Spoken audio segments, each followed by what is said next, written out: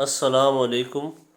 آج دو صحابی حضرت طلیب بن عمیر رضی اللہ عنہ اور حضرت ابو ہریرہ رضی اللہ عنہ کا انفرادی دعوت دینا۔ حضرت محمد بن ابراہیم حارث تمیمی کہتے ہیں کہ جب حضرت طلیب بن عمیر رضی اللہ عنہ مسلمان ہوئے اور اپنی والدہ عروہ بنت عبد المطلب کے پاس گئے تو ان سے کہا میں مسلمان ہو چکا ہوں اور محمد صلی اللہ علیہ وسلم کا اتباع کر چکا ہوں، اور پورا قصہ بیان کیا، اور اس میں یہ بھی کہا کہ انہوں نے اپنی والدہ سے کہا کہ اسلام لانے سے اور حضور صلی اللہ علیہ وسلم کا اتباع کرنے سے آپ کو کون سی چیز مانع ہے۔ آپ کے بھائی حضرت حمزہ رضی اللہ عنہ بھی مسلمان ہو چکے ہیں۔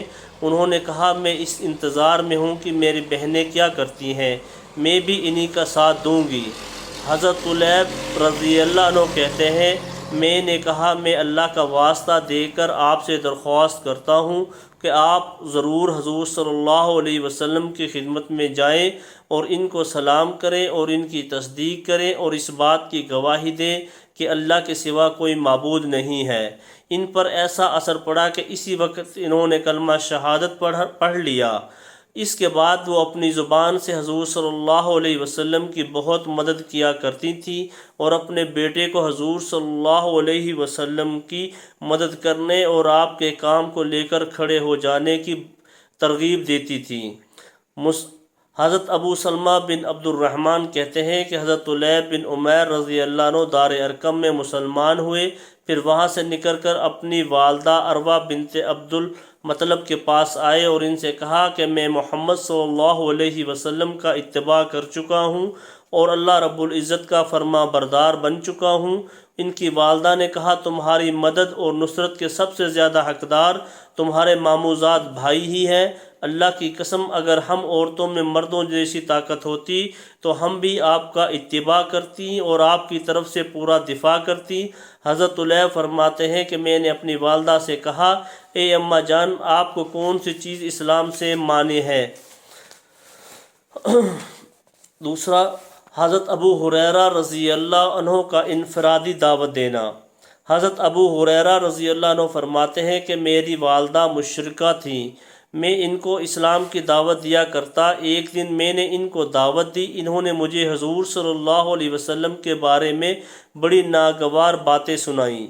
میں روتا ہوا حضور صلی اللہ علیہ وسلم کی خدمت میں حاضر ہوا اور عرض کیا یا رسول اللہ، میں اپنی والدہ کو اسلام کی دعوت دیا کرتا تھا، وہ انکار کر دیا کرتی تھیں۔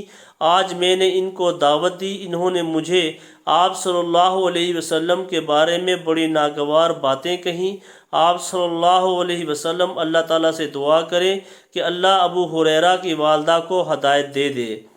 آپ صلی اللہ علیہ وسلم نے فرمایا اے ابو ہریرہ کی والدہ کو ہدایت دے دے۔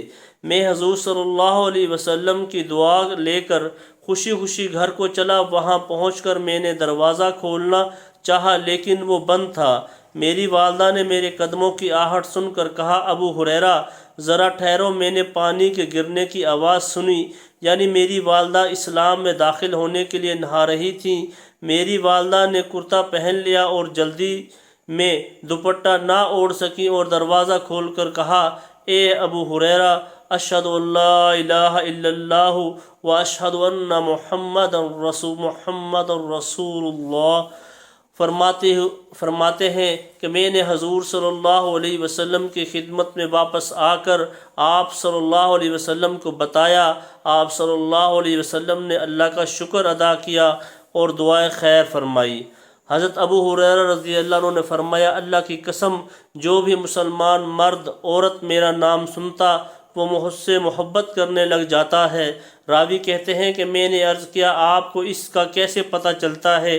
حضرت ابو ہریرہ نے کہا میں اپنی والدہ کو دعوت دیا کرتا تھا، اور پھر سابقہ جیسا مضمون ذکر کیا، اور اس کے آخر میں یہ اضافہ بھی ہے کہ میں دوڑتا ہوا حضور صلی اللہ علیہ وسلم کی خدمت میں آیا۔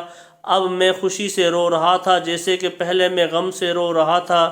میں نے کہا یا رسول اللہ آپ صلی اللہ علیہ وسلم کو خوشخبری ہو، اللہ تعالیٰ نے آپ کی دعا کو قبول فرما لیا اور اللہ تعالیٰ نے ابو ہریرہ کی والدہ کو اسلام کی ہدایت دے دی۔